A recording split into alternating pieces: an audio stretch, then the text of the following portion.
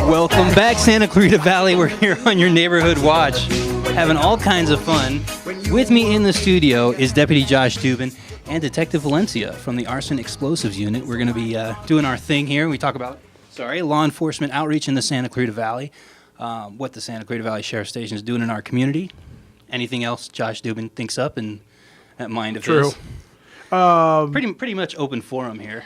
So on Facebook, you put Detective Valencia, hashtag, parentheses, true name. Yeah. I thought that was like the most perfect name to have for a detective who's going to be policing in Valencia in the Arson and Explosives Unit. Detective Valencia. I mean. Good point. Come on. Way to go, Perry. That's not, that is a real name, right? You didn't make me a liar, right, Detective Valencia? No, that is my real name. Okay. And you are going to go on the hot seat later on, right? I don't know that, right? She didn't even know what the hot seat is.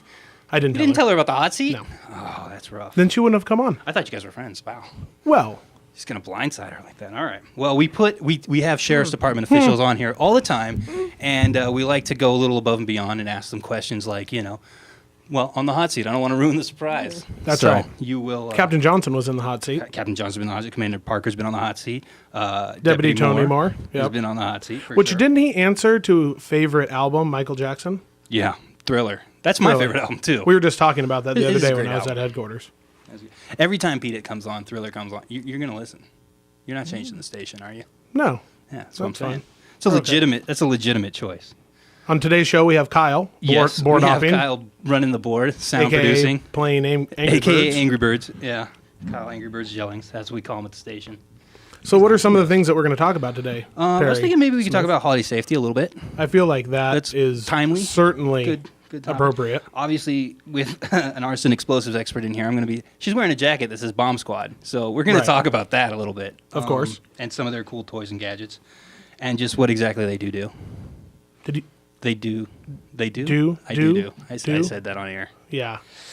That's a gaffe. That's the first slip up of the day. Can we talk about Paul Walker for a little bit? Just for a hot second? Just what's going to happen? Well. On the 30th? Okay. You're okay with that? I'm fine. All right. And then we got some questions from our Santa Clarita Valley community. We put it out online, asked them to tweet their questions at us or send us messages on Facebook to hashtag SCVWatch. And we got a couple questions for you guys to answer. So we're putting everybody on the hot seat today. Perfect. All right. So, tell us, Detective Valencia, how long have you been with the Sheriff's Department for the people, meeting you first time? We interviewed you at the haunted jailhouse and talked a little bit about the Arson Explosives Unit, but now that we have you on the Neighborhood Watch, can you give us a little bit of background about yourself? Sure. I've been on the Sheriff's Department for 19 years, and prior to working this unit, I worked gangs and did patrol, and I've been with Arson and Explosives for about 4 years. So where were you doing gangs and patrols? The South LA area. Oh, okay. Not in Santa Clarita Valley? No. Oh, okay. And so you started in lockup. Everybody works in a lockup facility at first, right? Correct. So which one were you? Wayside. Oh, okay, up here in Pitches. So local, yes. Do you live up here? I do. So you live up here, you work up here sometimes, and your name is Detective Valencia. Yes. I'm still not over that. I'm gonna try. You know what? She was nice enough to come on today. She obviously was in the area, and I stole her away from work for a couple minutes. Okay, but to make her come on the Neighborhood Watch. Is there going to be like a beeping goes off and you're going to run out the door? If there's a beeping that goes off, Josh a ride home. What happens? Oh no, I think Josh is good. He scooped me up, so yeah. I'm responsible for Josh at this point right now. Oh, and really, you and me, you and me in the Toyota Tercel together. I mean, we're both it's a larger. Scene. We're both big guys. Like our shoulders would be touching. The car would sit really, really low. Yeah, we would probably get pulled over. I'm going slow over speed bumps. No, not with you in the badge on, right? We would probably get pulled over. Can I get a picture of that? Yeah. That might look kind of cute. Yeah. Cute. Okay. Cute. Everybody's, no accounting for taste, but anyways. So we'll talk about holiday safety. We do have to take a quick commercial break, but we'll be right back on your Neighborhood Watch, brought to you by All American Bail Bonds on your hometown station, AM 1220 KHTS. Welcome back to your Neighborhood Watch, brought to you by All American Bail Bonds on your hometown station, AM 1220 KHTS. In the studio with me today for Neighborhood Watch, Deputy Josh Dubin, as always, and this time's very special guest, Detective Valencia from the Arson Explosives Detail. And you were just kind of giving us a little bit of background about yourself, but I want to know a little bit more about what a day in the life for an Arson Explosives Unit detective is. I mean, what do you do on a day-to-day basis? I mean, well, It could be very challenging and it could be very exciting, but like everything else, we have normal procedures that we follow. We actually do 2 disciplines. So we do our arson portion, which is our fire investigation, and we do bomb checking, which is our explosives portion. So is that 2 separate trainings that you have to go through, or how does that? Yes, it is 2 separate trainings, but our department, Sheriff's Department, combines it into one, and then we service the entire LA County and any unincorporated and municipal places in between that need servicing. So, I mean, LA County is huge. It's several hundred miles. So you guys are all over the place on a daily basis? Yes.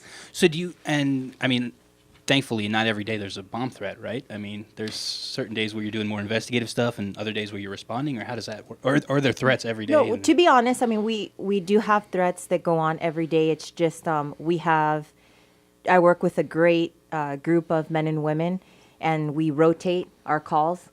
And so when one is not responding to one discipline, our other portion is doing the fire investigation. So we do typically get calls on a daily basis because LA County is a huge area. However, we always rotate so we don't burn out. And Was that a pun? Burn out? Oh, No. gosh, Sorry. I missed that. The I'm sorry. journalist guy I'm missed sorry. that, and the I thought you were going to catch deputy it. got it. My yeah. bad. But as far as a lot of the times we hear calls, it's a suspicious package, and it ends up it's thankfully usually not a bomb. I mean, you guys get all those calls though, right? I mean, every time even if there's like a bag's been left out too long, you call Arson and Explosives, right? Absolutely. And to be honest with you, I mean, it's great training and practice for us, but the community wants to feel safe, and not just the community, but LA County. And it's something that we do encourage people to do. We encourage the deputies because they're really the front men and women that they're looking out for us. And then we get the call after they're first responders, and then we get the call secondary. So like a deputy, like a patrol deputy would be the first person on scene and be like, no, we definitely need somebody from Arson and Explosives on here. Okay. Correct. And they will make the decision, and it's always a great decision because we always tell them, if you don't know, leave it to us. We'll make that determination. And, 9 times out of 10, you never know what you're getting into until you actually get there. And we've had so many things that have gone on just within the United States and within the community after 9/11. Our awareness factor went up. But in accordance also with 9/11, we also have the Boston bombings and some other stuff that happened. So it really brings it an awareness factor, and I think people just want to feel a sense of security, and they want to feel safe where they live and where they work. How long have you been with the Arson Explosives Bomb Squad? For about 4 years.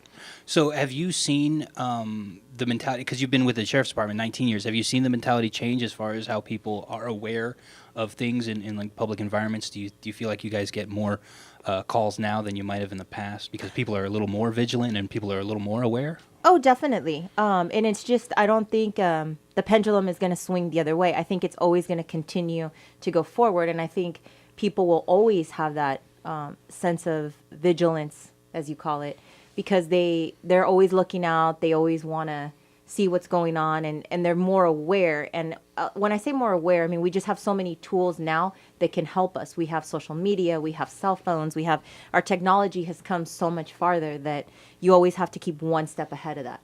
And for somebody dealing with, such high interest situations like yourself, like if there's a bomb scare going out, there's so many, people texting and tweeting, and, they're checking for the Nixle report from the sheriff's station, or they're checking the sheriff's station Facebook page, or they're coming to find out the news at hometown station.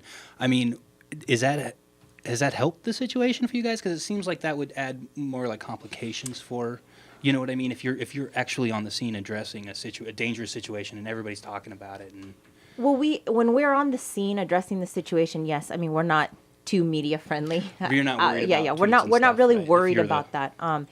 What we do encourage people to do is, if you come across the scene like that, please pay attention to your patrol and your deputy people. If they're asking you to stay back or stay away from the situation, please do that, because that helps us just do our job and get in there and get out, so to speak, and do it in a timely fashion, and so that everybody's safe.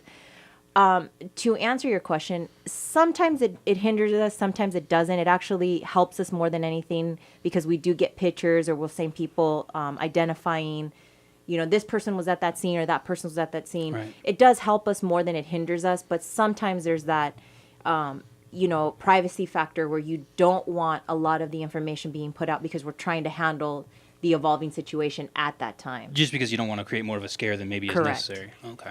And Deputy Dubin talks to us a lot about, the kind of when an incident happens, how information is distributed. But from your perspective, do you guys have one person on scene who, like say there is a bomb threat. Let's say somebody reports a suspicious package next door. So you would show up with how many other detectives or how many people to the scene respond, and then how is that information going out from there?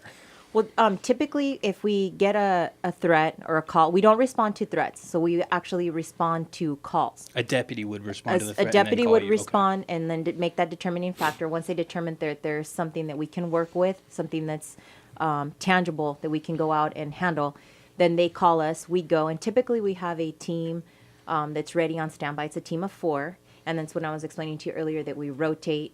So if it's that team's time to go out, they will go out. And usually 2 will respond first, and then after they get there, they determine and gather the information if we need more people. Interesting. And then so is one person in charge of okay, we need to let headquarters know this so they can get the word out that it is a non-threatening situation, or you know what I mean, when once you've determined or had time to assess what's going on. Actually, we as the teams, we do that. We have a Oh, really? we let our desk know, and then our desk usually has a little email that they send out to headquarters to let them know. Awesome. So they're kept on top of the situation all the time. Interesting. We got to take a quick commercial break. We'll be right back on your Neighborhood Watch, brought to you by All American Bail Bonds on your hometown station, AM 1220 KHTS.